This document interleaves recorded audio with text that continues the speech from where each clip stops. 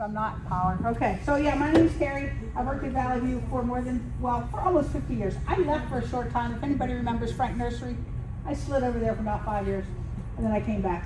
Kind of, wasn't happy with the way things were going for a minute, and then Valley View built a greenhouse that at the time was state of the art. Now it's somehow 40 years old. I don't know how that happened. But we've been doing all right. We're about a $15 million garden center. I think we're the 9th largest single garden center in the United States, which I didn't realize until recently. It was started by Punky Bill Ford. I will have to say that 90% of my learning probably started with those two. One was a Cornell graduate, the other was Rutgers. My first job was covering plants actually, but after that sorting tomatoes and apples and everything for resale. So we did a lot of that. Let me see if I can find my thingy here. Okay, so I'm here to talk about trends, and I did not put black in here, but Gothic gardening is a thing. And it came out as a trend a few years ago in one of the reports, and we certainly have people interested in that, especially some of the millennials and younger that come in, but it really is a thing. But we're going to talk about some other trends, where to spot them. A lot of them are on social media. I did attend Cultivate this year and always hear the garden media trends from Garden Media Group, headed by Kathy DeVoe. Always very interesting. Martha Stewart, she's older, but I'll tell you, I saw her at Ladue Gardens, and she is still as popular as ever. Just getting things done, and people still listen to her. And an awful lot of the writers and broadcasters and people she has on her various media really do still bring a lot to the world. And then a lot of what I'm going to talk about is what I hear from our customers. So I get what I call the plant police out. If we carry plants we shouldn't that are invasives, so little by little we take those off. And the state is working hard on all of that as well, our state legislature. So we have some changes going on there. One of the first places I go to are blogs. An awful lot of the people I know through Garden Writers Association or now GardenCom are bloggers. They have a national meeting every year where they get together and talk about various things. This one's one of my favorites. This is Garden Rant with Amy Stewart as one of the head people there. Oh, I'm sorry, Susan Harris. I get those two mixed up all the time. Susan Harris is one of the people there that really get things going. From Tacoma Park, Maryland originally. Now I think she's in Silver Spring. Very, very vocal about the way things should be, whether it's leaf blowers in your neighborhood or invasive plants in your neighborhood. If you want to know what's going on, this was really a great place to hear it. One of their other members, Marion Wilburn, I think lives up near, like where Maryland gets skiing up at the top. She lives up near that area, so I ran into her a few times. She's very interesting. But it's great to just listen to this, and these guys aren't shy about things. If they don't agree with something, man, you're going to know it. So it really is a good place to hear some of that thing. Other places to learn, I think the Arbor Day Foundation has a nice blog. Keeps us going on what's going on with trees around the United States. Also places like Cornell Botanical Gardens. Because one of my bosses went there, I think he's encouraged me to go there many times. And he said I was close enough one time that he told me to go up to Niagara on the Lake. Have any of you been there? On the other side of Niagara Falls. It's in Canada. Absolutely beautiful gardens. They just do a great job of selling plants. Just the visuals that they do. So I like going to a lot of those places just to kind of see what's going on. Proven Winners is a group I love to hate, but they're good. They do their job. They bring the plants to market that might not otherwise get there, but they charge more for them, and I don't know, there's a lot of things I don't like about them, but they do a heck of a job, and I don't know of anybody in my world. I work primarily with herbaceous plants in my world that really has more of, they really come on. They market what they know about, and they've attracted some really good talent from our industry, a lot from this state. Garden DC, this is you were on there not too long ago. Yes, I was. Yeah, Kathy Jentz, she also runs a magazine down there, Washington Gardener Magazine. She's also a writer for Water Gardening Magazine, and I think the Azalean, is that what the Azalean magazine is called? Anyway, so she does a lot of that kind of work. Kathy's gotten to be a good friend, so we kind of work with each other on various talks and things. So she's another person I can kind of keep up with. If you're into trees, Eva Monheim works a lot along with gardens, but up in that area on a Plant a Trillion Trees podcast. Really somebody worth listening to. Have you been on that one, Sue? I didn't see you. I looked it up. No, okay. No, I wasn't. Tony Aiello, is that how you say that? Yes, yeah. Aiello. Aiello, okay, so he's on about hollies, which is kind of interesting to listen to. A lot of different websites have a lot of information. I've heard of this one place called Heartwood Nursery. I think you guys visited that yesterday, right? And then, of course, the most wonderful garden center in the world, right down the street.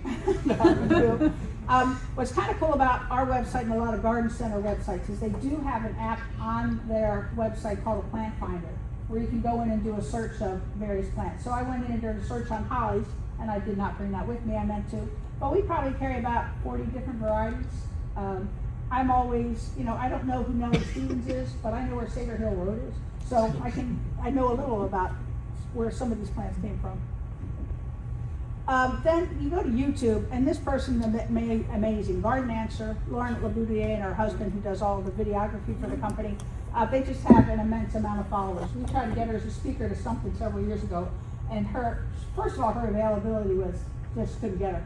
But other than that, her price was right up there. But she's definitely somebody I would listen to. She does do a lot of cooperative work now with Proven Winners, so she helps bring some of their newer plants to market, which is cool. I mean, you get to learn about a lot in a short time. On YouTube, there's also a lot of native plants. Doug Talney seems to be everywhere.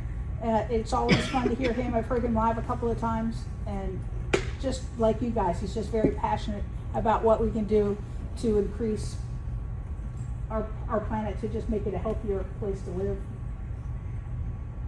Pinterest is another great way to go. I don't use this, but an awful lot of, again, the younger people seem to.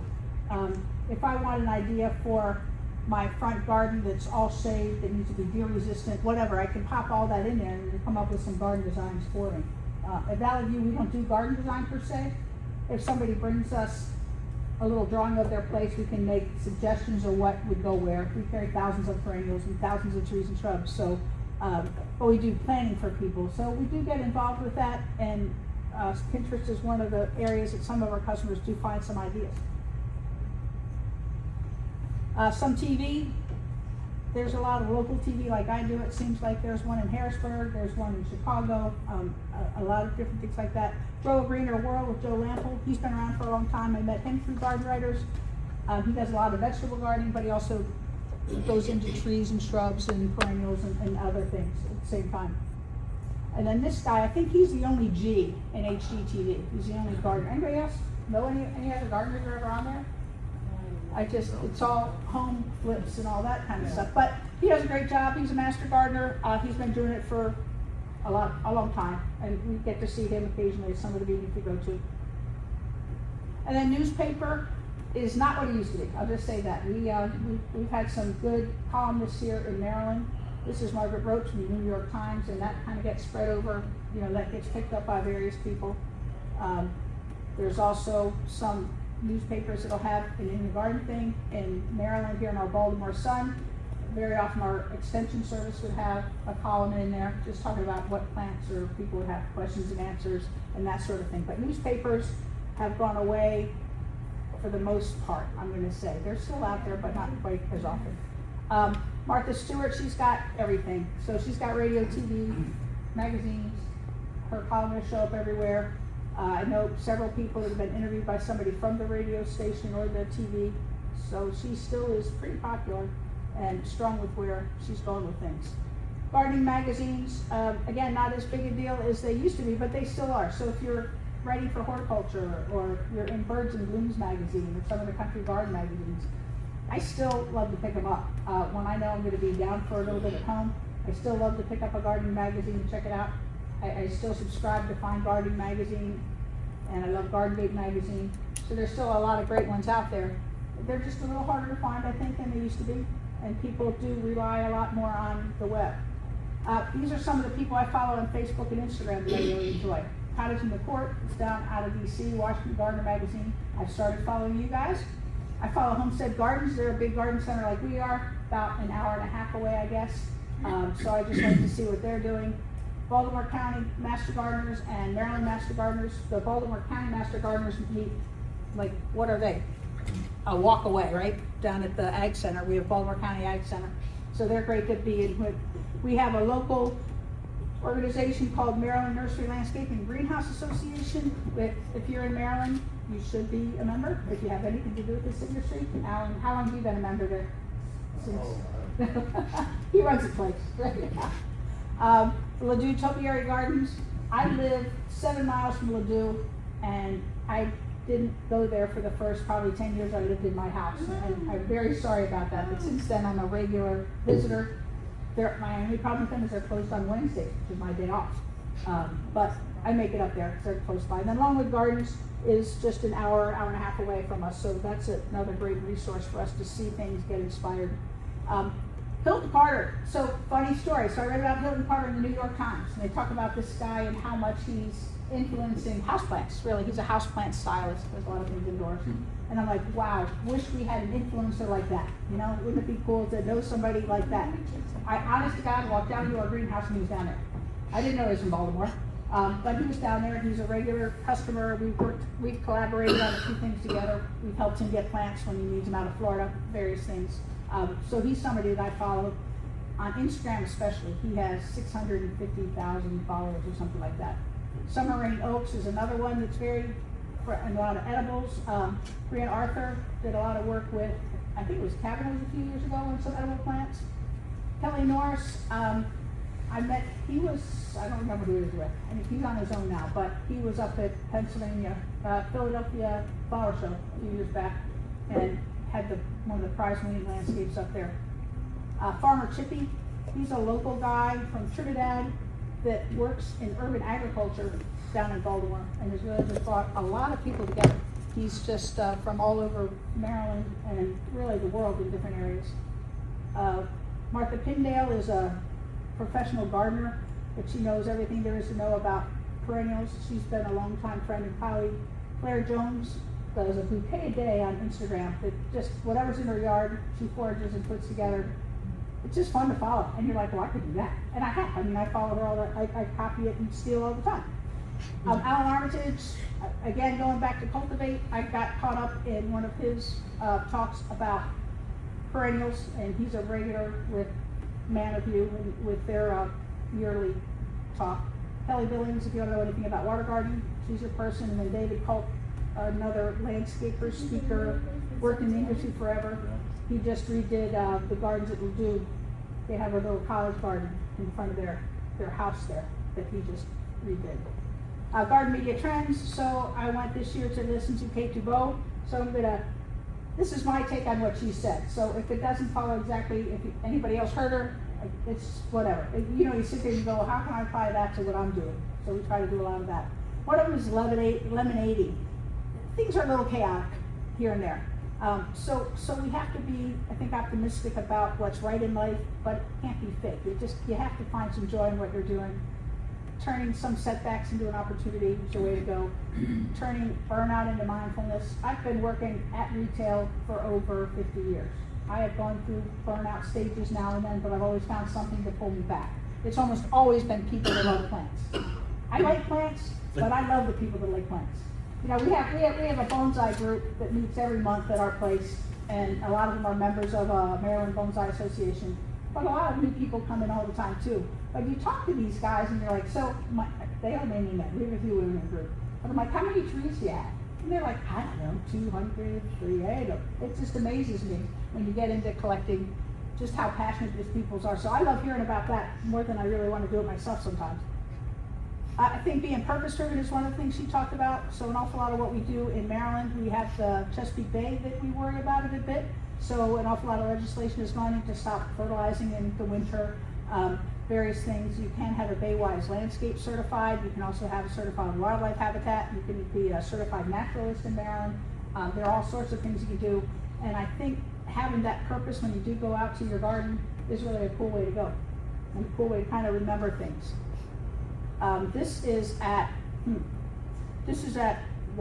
Weinberg Center over in Owings Mills. And they have a lot of seniors. Home Depot helped them put up raised gardens all over the place, and this group comes in from a local school and helps them put it all together a couple of times a year. They help when they first bring it up, and they help when they kind of take things down and put it away. And it's really cool to see that interaction. Everybody has fun. They just have a good time. I like to go in and tell them their tomatoes should be 2 to 3 feet apart, and they put them 6 inches apart, and I just have to walk away. You just have to let people do what they want to do. They're happy if they get 10 tomatoes. With my boss, Billy Ford, he wasn't happy unless he got a half a bushel or a bushel of tomatoes off a plant. When I said I wanted to start having heirloom plants for customers, he was like, why in the world would you do that? And I'm like, because that's what people want. If they can get 4 pineapple tomatoes, they're happy with it. You need to get 100 celebrities off one plant, but that's, different people have different needs. I think more precision gardening, knowing exactly what you're working with in the ground sometimes. We start with soil, I think is important. We used to test customer soil for them, and I like it, but I didn't. But what we found out was when we sold these pH tester kits, they would walk around their garden and find out by themselves, what different levels they had. So if they needed more acid-loving soil, say for their holly, but they still wanted their tomato plants to be somewhere in the neutral range, they could kind of find that out, walk around their garden and figure out what needed to be amended in any way. Level up, this cracks me up. So I used to play some farm game on my phone. I don't remember which one, but this one through Roblox has like millions and millions of followers. These people that garden online.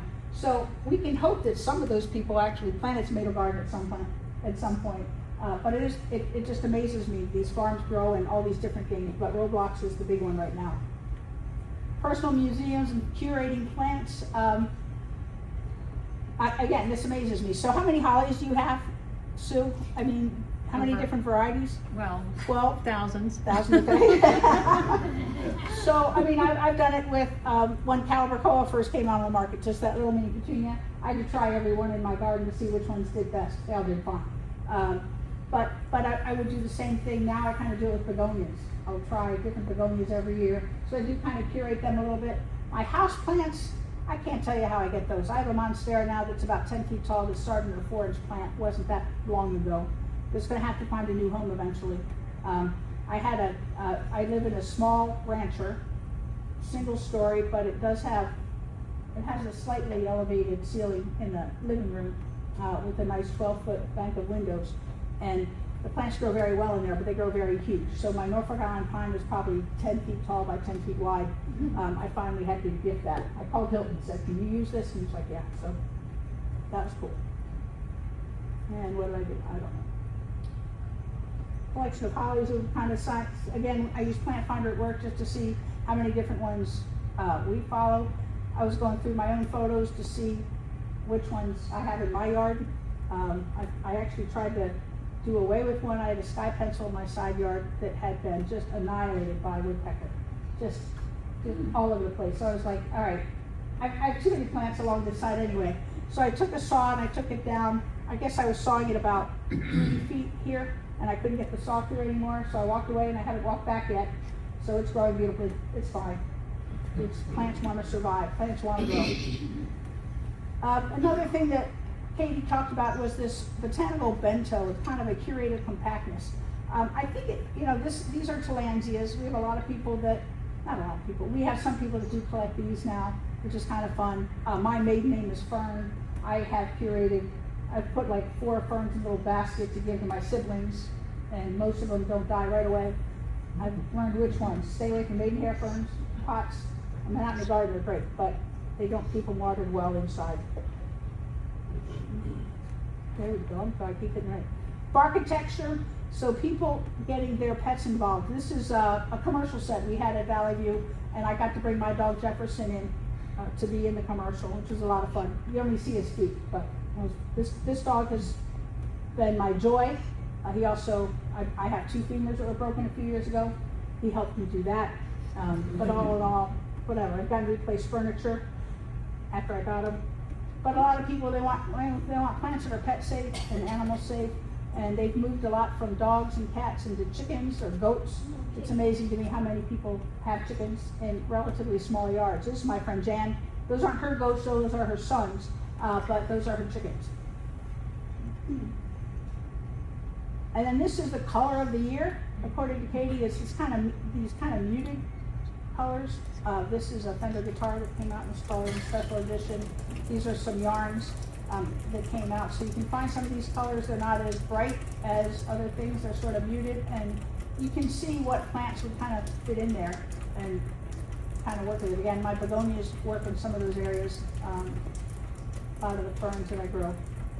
So then I went to Martha Stewart to look at the trends that she had for 2025, and there was an article by Wendy Rose Gould, so she's talking about some of the trends there. So one of them is hardy hybrids, and I go to Cultivate to see the new plants that they have there. I go to Landisville again, I'm more on the herbaceous side of things. Landisville is part of Penn State. They have a place outside Lancaster where they trial a lot of those vegetative annuals, I'm going to say. So a lot of the things that Proven Winners picks up for their annual supplies. And it's been fun to go there, because I'll go there in June, I'll see a plant and I'll write it down, I'm like, we have to grow this. And you go back in August and go, absolutely not. But by August it's dead and shriveled and looks terrible. So it's a nice way to sort of view things and figure out what's going on. Another thing they talked about were fun fruit trees. So in native land, there's an awful lot of information out there now about pawpaws, calamondins, and a lot of the citrus we grow. Most of the sour citrus grow fine in this area. They're not hardy, you still have to bring them inside, but you can grow the miniature oranges, you can grow kumquats. Most lemons, the Meyer lemon is probably the one that we do the most of, and a lot of the limes do fine. I've had a lot of these trees, they do great inside. I've had to give them away as they grow, but they've done fine for me. Cutting gardens, there's a lot more talk about that, and I'll be honest, I see a lot more little stands. People just have a little stand along outside their little farm area, and you look back and see a small garden where they're doing them. It's a great way to raise some money for nonprofits, so we see an awful lot of that going on. And again, I go back to Claire's Bouquet of the Day to see different things. Another area that people really get into is dahlias. Is there a dahlia society? There has to be. Yes. Okay. But there are people around here that just grow absolutely beautiful dahlias, and most of the time they give them away, but a lot of the times they can sell them in bouquets. Planting from seed has become a big deal. We have a monster seed wall at Valley View. This is probably a quarter of it, but it's been big, and we still carry more tomatoes planted from transplants because that's what we do. We grow a lot of our own stuff. But if you want something different, it is kind of fun to go in and see what's there. And a lot of, I want to say, like ethnic gardening or gardening from around the world. There are peppers from everywhere. Peppers in Mexico, peppers in Chile, peppers in just everywhere. And it's cool to see those different things and to try to grow them here is a lot of fun. Sustainable gardening, I mean, that's been around forever. This is the governor's residence in Columbus, Ohio, and he has like districts of plantings around the property that identify the different parts of Ohio. So there's some things up by the Great Lakes, other things down south towards Indiana or whatever, but you'll see all the different microcosm in his gardens. It's a lot of fun to take a look at. Palatable peppers. So for years and years and years, we have had the hottest peppers. If anybody's heard of Trinidad scorpion pepper, they actually came into the United States with Punky, my first boss at Valley View Farms. I think he may not have done it legally at first, but eventually he did, and we brought him in through customs, and we grew an awful lot of Trinidad scorpion. We had one called Orange Explosion. So all kinds of like truly hot habanero peppers. And people are still into that, but they're getting a little bit more into the palatable peppers. This one's called fish pepper. This is, it's an heirloom that's was grown particularly in Baltimore and in Philadelphia. So it's one of the heirlooms that we carry there. We carry 34 varieties of peppers in main season, and then we add another 30 when we have our pepper palooza. We do the same thing for our tomato tornado. We start with about 40 varieties and we double that just for a week to get some different things in. Geometric designs is another trend we see. So this is an espalier. This was in Bexley in the Columbus neighborhood. The Ohio Vegetable Garden, I have this slide so I can talk about it, but that ran just along the fence all the way down, had a greenhouse at the end, was very geometric in nature, had different places where these are where the herbs are, these are where something else is, but it was very geometric in how it was put together. And I go back to a lot of the raised beds, and gardening communities are sort of like that, are doing that same sort of thing. So you'll see a lot of that going on. Garden Tech and Plant ID. This is from Susan Harris. I have customers come up all the time. What is this plant? I get out my phone, take the plant ID, and I'm like, that's right. But then it's not always. So you have to kind of know yourself before you go there. But they don't even know they have it on their phones. It's very handy to use a plant ID. There are a lot of apps that are very good, and you go online and find out which is the best app that to use for you. But it is very handy for people. And I have to say now with AI, I can ask ChatGPT a question, and it's gonna come back with answers that I could have gotten another way, but I can get it now in 2 minutes, where it took some actual research. I still have to research what's there to make sure they're right, but, it's much faster to get through.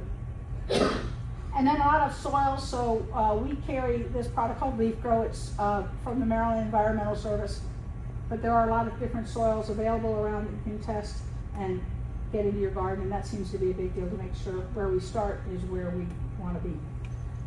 I tend to plant, I don't use a lot of soil amendment when I plant things, and I've done pretty well for the most part in my trees and shrubs, I'll be honest. But other places I do, because I don't have great drainage. Another thing is pocket forest. This was also in the Columbus neighborhood. There's a little walkway there that goes from the front yard to the back that I can't imagine still looks like that by the time you get to this time of year. It's got to be pretty full unless you're taking good care of it. But it was pretty neat to just walk and see these sort of surprise gardens here and there. And then this is my own list of, I'm going to say, trends and things that I hear from customers. Native plants are the big one. And the state of Maryland has really gotten into it and put a lot of information on the extension website. It's been great. Gardening for pollinators, I think this works hand in hand with that. Food gardens, we still have a lot of deer challenges.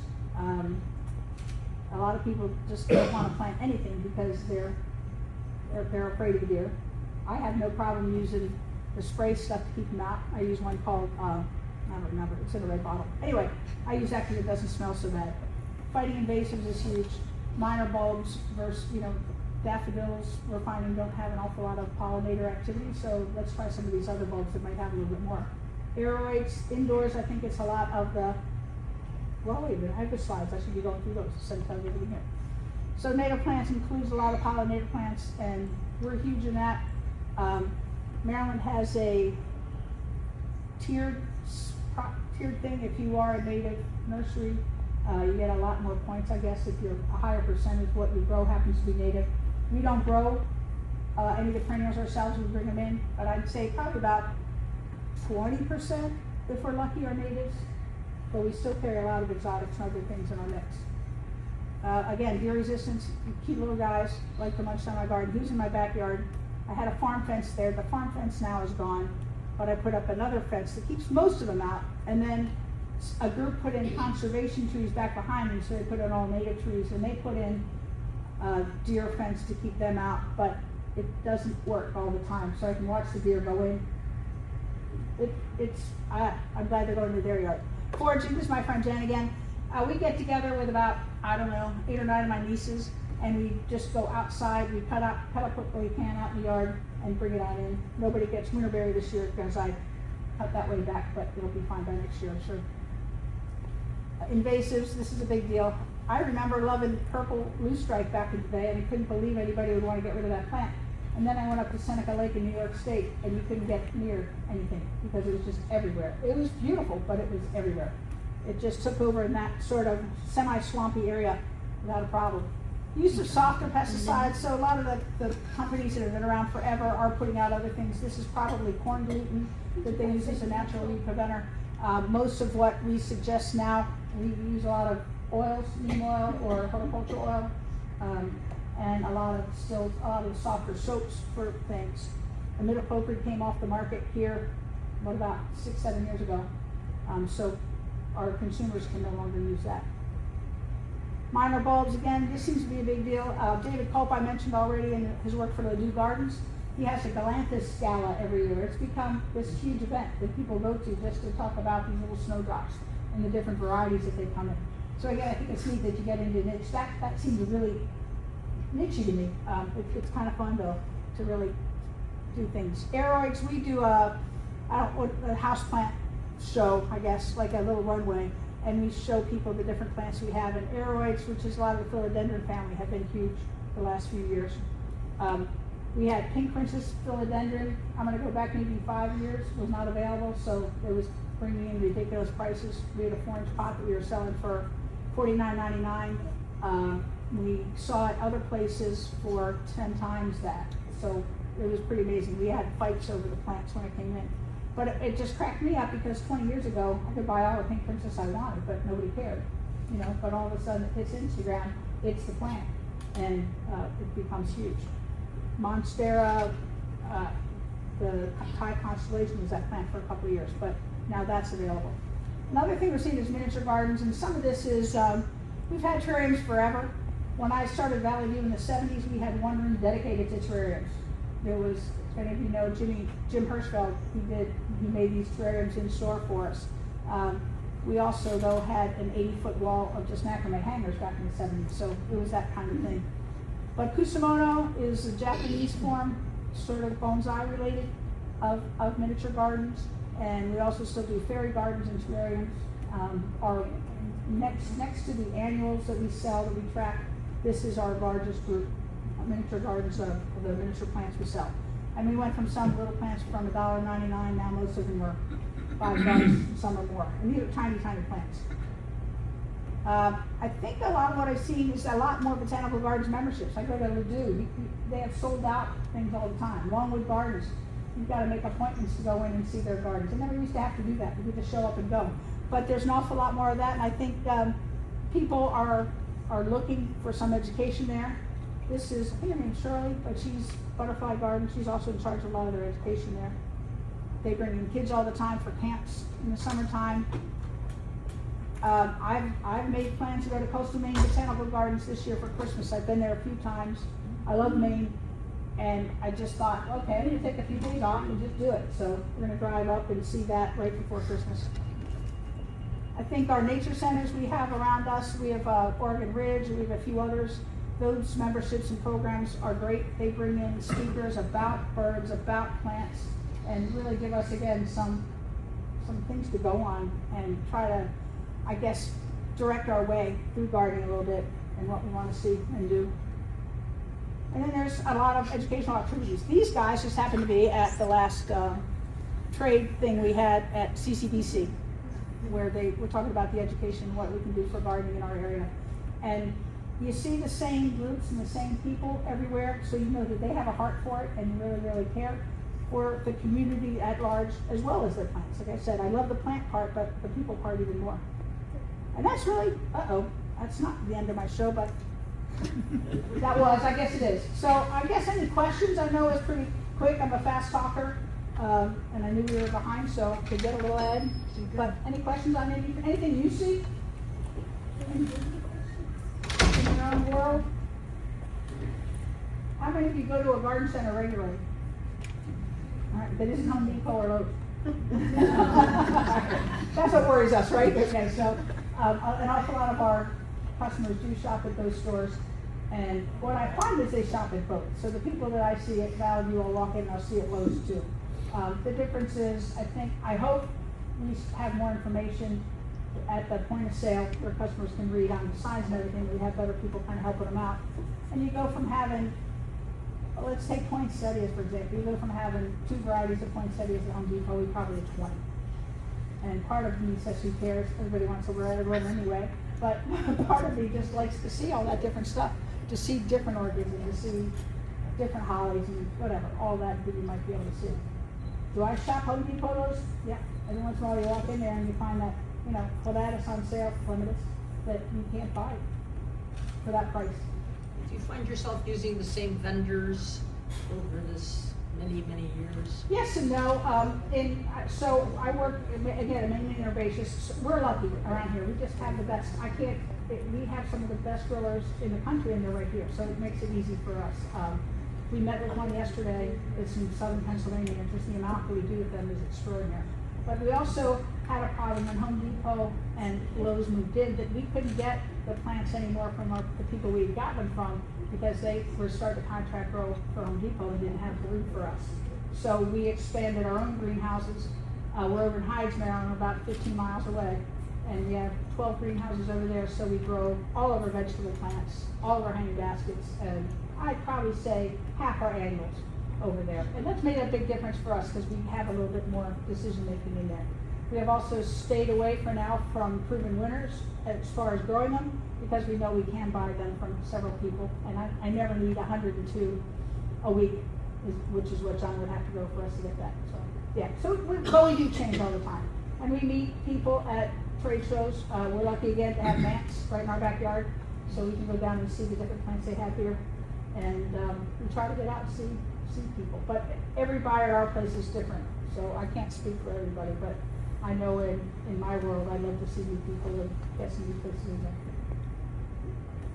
Carrie, I don't Yes. mean to rush the season, but is your Christmas shop open? Yes, oh, a little about, may I talk a little bit about that with you? Absolutely, Okay. yes. So right now, if you want to see a giant pumpkin, we have an 1,852-pound pumpkin at the store. It's going to be cut up Saturday morning, and our local meteorologist, Tom Tassenau, is going to count each and every seed in there.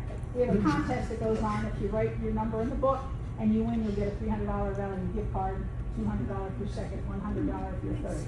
So we have fun with that. We are winding down on pumpkins, but our Christmas shop is open, and we have things from Jordan, we have things from Poland, Germany, Lithuania, just various places around the world in our international shop. And we have a lot of Chinese stuff in the rest of the shop. But it's full and open, ready to go. We have twinkling lights on the ceiling. We're starting to put up our outdoor lights. That happens right after pumpkin season because the guy who does the pumpkins is now the lady guy. So we're getting going with the night stuff. We have changed since COVID. Since the beginning of time, we were open at 7 a.m. and closed at 9 p.m. Now we're 8 to 7. It's much friendlier on us old folks. So you're open tomorrow from 8 to 7? Oh yeah, we're open every day, Okay. except Christmas and Thanksgiving. Yep, so we're open tomorrow, and like I said, it's a short drive, it's less than 2 miles. And if you go down Shawan and make a right, we're on the left-hand side. And when I started working at Valley View, I had one stoplight between my house, which is up in past Hereford, and there, and yet, Shawan and New York Road is the only place I had to stop. But they've done a lot in the last 50 years. It's changed a little bit. So from Valley View, we go from Christmas, then we go back into houseplants. We have a 10,000 square foot greenhouse, so we fill that up. We also usually put up a set where we shoot some commercials that we get money from vendors to shoot. So somebody like Leaf Grow, we do a commercial for them. It airs on WBAL TV and all over the web streaming stuff. I don't quite understand it, but they tell me it's there. But we do about 30 some commercials, I'm gonna say. So that's nice because we show up on TV, we don't pay for it, the vendors did. So that's very helpful for us. So we do that in February. By March, things are ramping up. Our fruit trees are usually there in February, and then we start getting our nursery stock pretty heavily in March. By April, we get a lot of our annuals in, and April, May is when you don't miss dates. I mean, that's just, we do, in 6 weeks, we probably do more than half of the year in sales, and probably at least that profit. So, yeah, it's been a great place to work, and we're open year round. We hire a lot of kids out of high school, but we also have a lot, and my department is, I don't know, they're all 40, 50, 60, mostly. They all show up every day for work. It's good. Any questions about that? How do you count pumpkin seeds? How do you count pumpkin How do seeds? you We take one of those sawzall, I guess they call it, and open up the pumpkin that way. And we have 2 guys usually up by the pumpkin, and Tom helps too, but they try to get the seeds away from the side and just put them in big clumps. That's And the then hard part, yeah. Tom brings his whole family of counting. He's got 4 boys and 9 Hand girls. counted. So he gets everybody in there to help count. It takes a while. One year though, we had 1 At seed. least I don't make you We had count 1 service Bible seed, a whole bunch. berries. So that's Or good stuff. elderberries. You know, but the lowest number was probably 300 and something. But Yeah. they won the $300. That works. Yeah. Where does the So get your pumpkin, guess in. You don't have to be there to win, but you do have to write down the number in the book. Carrie, the who pumpkin go? grew the pumpkin? what do you do with the pumpkin? Oh, okay, so that and all the other big pumpkins, we send to Whispering Rise Animal Sanctuary. Good.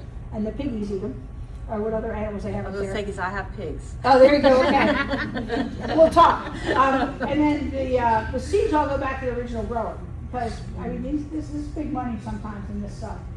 So we take every seed from that 1,852 pumpkin, and we put it on a screen, clean it up, and then we send it back to the grower. We got it from, so that's true with all of our big pumpkins. We have one that we paint, which is painted like a pirate. We have others that just guess the weight out, and just have fun. We always have to have more than one, because we've had, kids think these huge pumpkins are rocks, so they like to sit on them and jump on them. And every once in a while, one gives way. So yeah, it's happened. So we've had to go to the backup pumpkin to do the seed counting. It happened too early in the season. How many years have you done the counting contest? In 1989, Gordon Thompson grew a 755-pound pumpkin, and it was at that time the largest pumpkin grower in the world. So that was the first time we did it, and then we've been doing it ever since. I think that's the only time we had the largest ever grown. We had a little girl, a 14-year-old, I should say, grow a pumpkin a few years ago that was 2,005 pounds. Yeah. Wow. But we get most of them from higher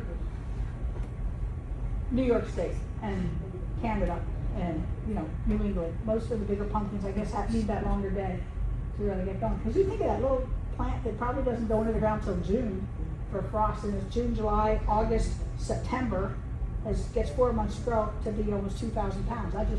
It's amazing. Like I said, plants are cool. And those people are crazy too. It's just, you're going to get in that little pumpkin grower group and you're like, well, this guy uses milk and I'm going to use fish emulsion and Miracle Grow is going to pay me this much if I have the largest pumpkin in the world, whatever. So it's all fun. So you also have a really good selection of herbs. We do. So That's we why have- I go to Valley View, is to buy my herbs. We had over 100 varieties in the spring. We grow, the Hillcrest Nursery north of here grows them for us. They're organically grown, but we can't call them organic because by the time they get to the store, they've been on shelves that may not have been organic or the truck or whatever, but they have been organically grown. And our vegetable plants, we do cheap. We do a chemical or synthetic fertilizer at first because it saves us time in propane. The propane that we would use to grow the plant would not be sustainable compared to, doing it the other way. So that's the only thing that's not organic about that. And we fight about it. It's something we're like, maybe we should be, but, whatever. We're not all gonna agree. If there are no further questions for Carrie, I think we'll take a short